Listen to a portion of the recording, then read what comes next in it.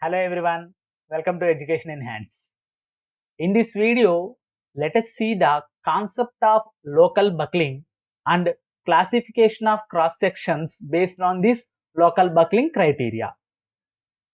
If we see, most of the cross sections, either hot rolled or cold formed steel, are composed of plate elements.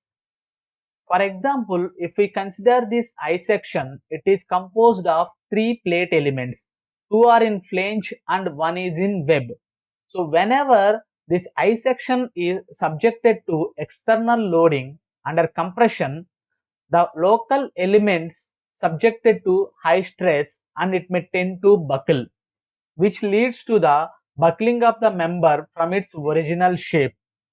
This phenomenon is called as local buckling. This local buckling of the steel shapes will adversely affect the load carrying capacity of the beams and columns due to its reduced strength and stiffness of the locally buckled plate elements. So whenever we are going to design a member, we need to consider this local buckling criteria as an important criteria. So this local buckling phenomenon can be avoided before the limit state is achieved by limiting the width to thickness ratio of the each element of the cross section which is subjected to compression.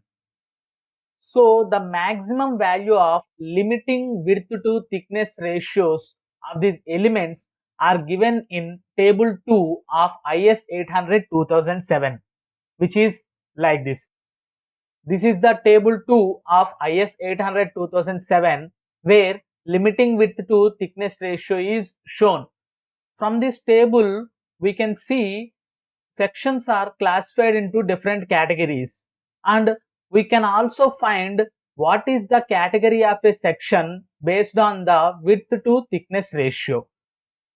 And also according to 3.7.1.1, when plastic analysis is used, the member shall be capable of forming plastic hinges with sufficient rotation capacity without local buckling, and as well as when elastic analysis is used, the member shall be capable of developing the yield stress under compression without local buckling.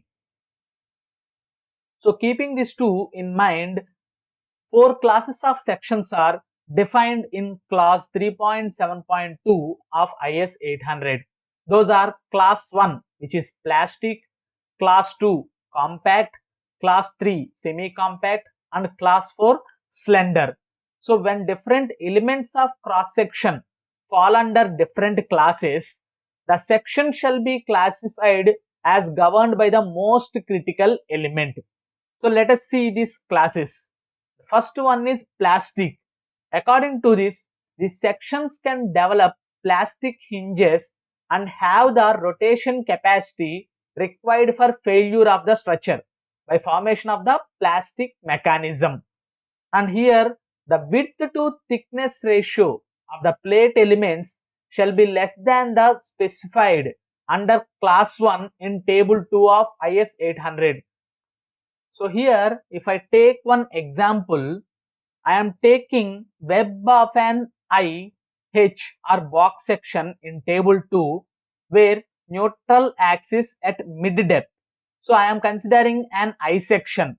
So for this I section, if D by TW, where D is the depth and TW is the thickness of the web, is less than 84 epsilon, then this category belongs to plastic, where epsilon equal to 250 by Fy whole power 1 by 2, where Fy is the yield stress of the member. So according to this condition, the width to thickness ratio of the plate element shall be less than that specified under class 1.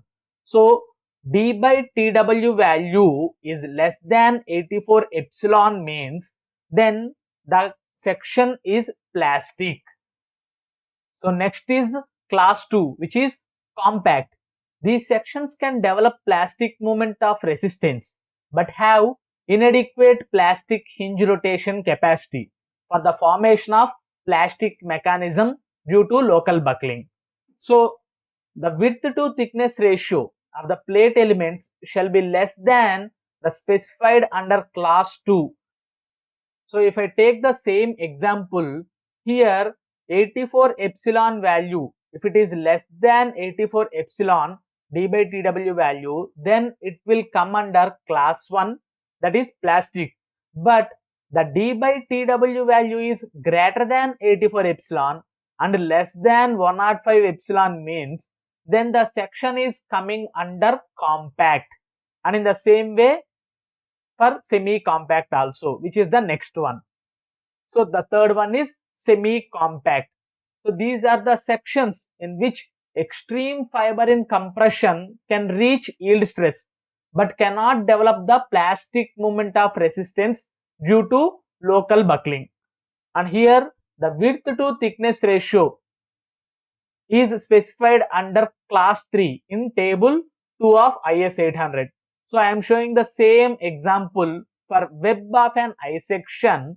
D by TW value if we calculate, then it is greater than 105 epsilon and less than 126 epsilon means then the section is coming under class 3, which is semi-compact. Then the last one is class 4, which is slender. So these are the sections in which elements buckle locally even before reaching the yield stress. The width to thickness ratio of the plate elements is greater than class 3, and also in such cases the effective section for design shall be calculated either by following provisions of IS 801, which is for cold formed steel designs for the post local buckling strength, or by deducting the width of compression plate element in excess of the semi-compact section limit. So we have to follow any one of these for the design. So this is for the concept of local buckling, and based on that local buckling, how we are classifying the cross sections as per IS 800 2007 from class 1 to class 4. Just go through that code book IS 800 2007 and have a look on this clause 3.7. You will get idea of these cross sections. Thank you. See you in the next video. Bye.